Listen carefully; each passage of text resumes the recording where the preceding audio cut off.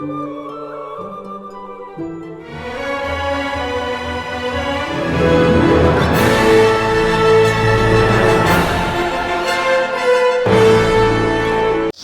so this is a very specific channel message for divine masculine. And pretty much, you want the teeth in me? So pretty much what's going on is that you're dealing with the divine masculine that's very embarrassed to come forward. And the reason as to why they are so embarrassed is because,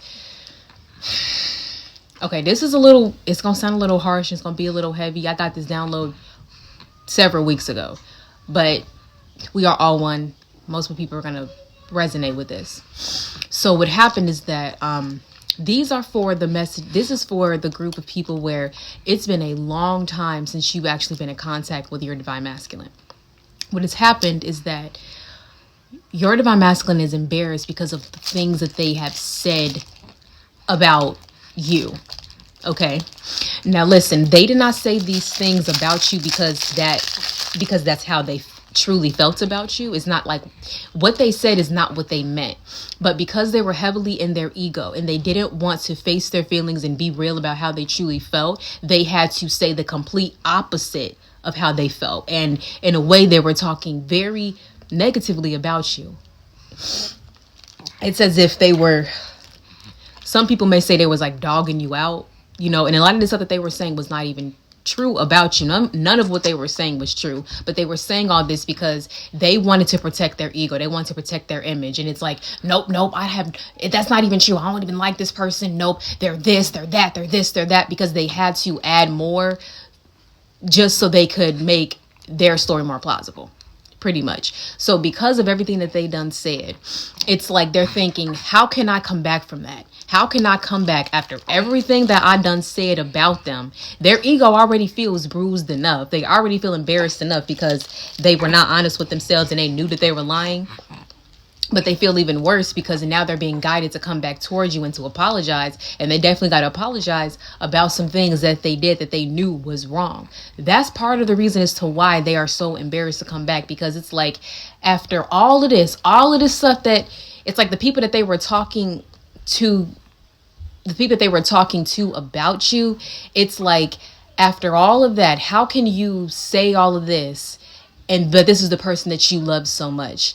And after all of that you said to them, now all of a sudden it's like you love this person. Where's all this coming from? And then they have to be real with themselves and they say, well, no, everything that was said wasn't true. I was just saying that because I was angry. I was saying that because I was trying to protect themselves. And then at that point, they don't want to be seen as this negative, passive aggressive person that insults people. So they're staying away because of that reason. They're embarrassed because of the things that they have said, and they're disappointed within themselves. Okay, so part 2 of the specific message in regards to the divine masculine. Okay, please go watch part 1 and then come back to part 2, because at that point, this will make more sense. Okay, so that was the problem in part 1. The solution here is, remember that on this journey, divine feminine, you are learning unconditional love. And even in this moment where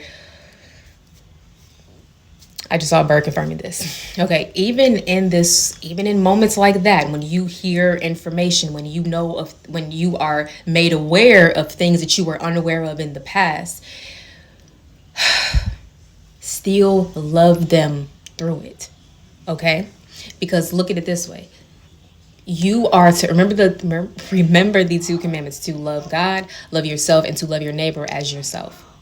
So for every single thing that you have done, you have forgiven yourself and you still love yourself through it. The same way that when we make mistakes, for all of the things that we have done, the things that people have seen and the things that people have not seen, and the only person that was watching us was God. We've had moments like that. In those moments when God has still forgiven us and still loved us through it, we can give the same grace to others. This is how we bring in new earth. Because remember, they were not living within their soul when they did this. They were living in their ego. Their ego is a mask. The ego is a role that you play. It's a character. It's a character. Who they play is who they portray. And who they portray is not really who they are. Think of those moments when you were portraying a different role or a different character to survive. Think of it that way. Now place yourself in your shoes and understand that you may have had to do certain things that you may not have wanted done, or said some things that you may not have meant, because you had to do what you had to do. Okay? But remember that love in 1 Corinthians 13:4-8, it talks about that love counts no record of wrongs.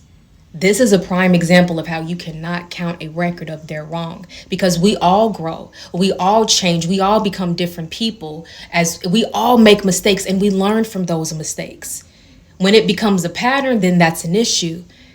But if we do things and we learn from that mistake and we vow to change it and to not do it again, that's how we learn, that's how we grow, that's how we evolve, that's how we ascend, and that's how we truly love ourselves. I love you.